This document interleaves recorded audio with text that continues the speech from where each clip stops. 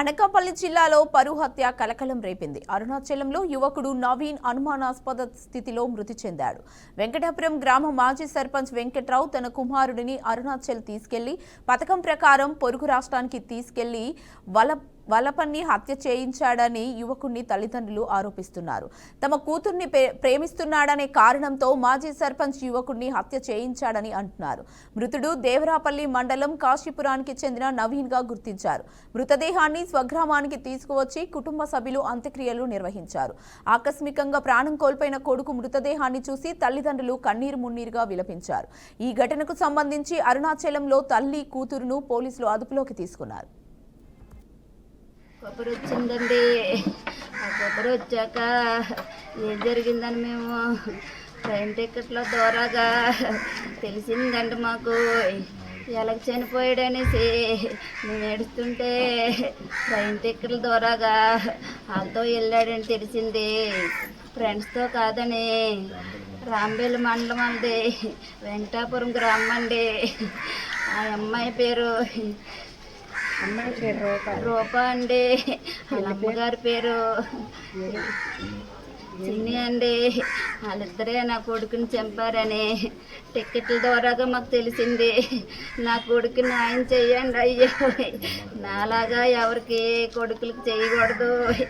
అమ్మాయిని ప్రేమించాడనేసి నా కొడుకుని చంపేశారు.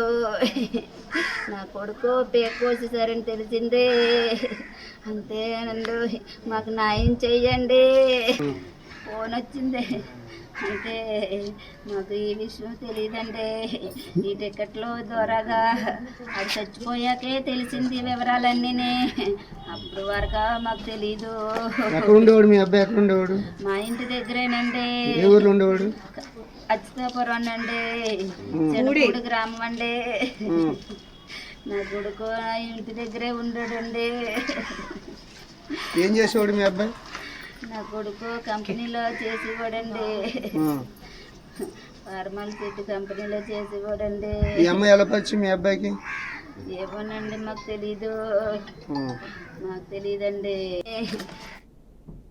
ఇక ఇదే అంశంపై మరింత సమాచారాన్ని మా ప్రతినిధి నందకుమార్ అందిస్తారు. నందకుమార్.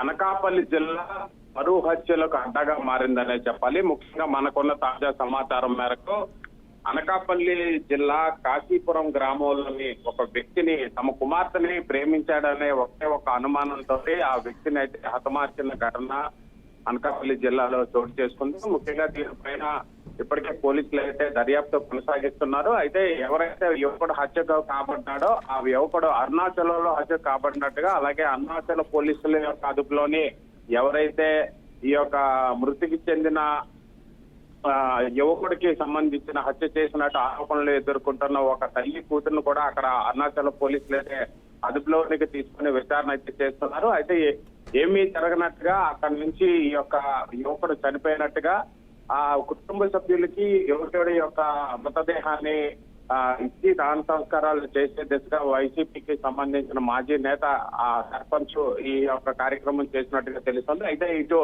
ఆంధ్రప్రదేశ్ పోలీసులు, ముఖ్యంగా అనకాపల్లి పోలీసులు, అలాగే అరుణాచలం పోలీసులు దీని మీద లోతైన దర్యాప్తు అయితే కొనసాగిస్తున్నారు. ముఖ్యంగా ఏదైతే కాశీపురం గ్రామంలోనైతే తీవ్ర విషాద ఛాయలు చోటు చేసుకుందనే చెప్పాలి. ఎందుకంటే ఈ యొక్క యువకుడు అథ్లెటిక్ పర్సన్, అలాగే క్రీడాకారుడు.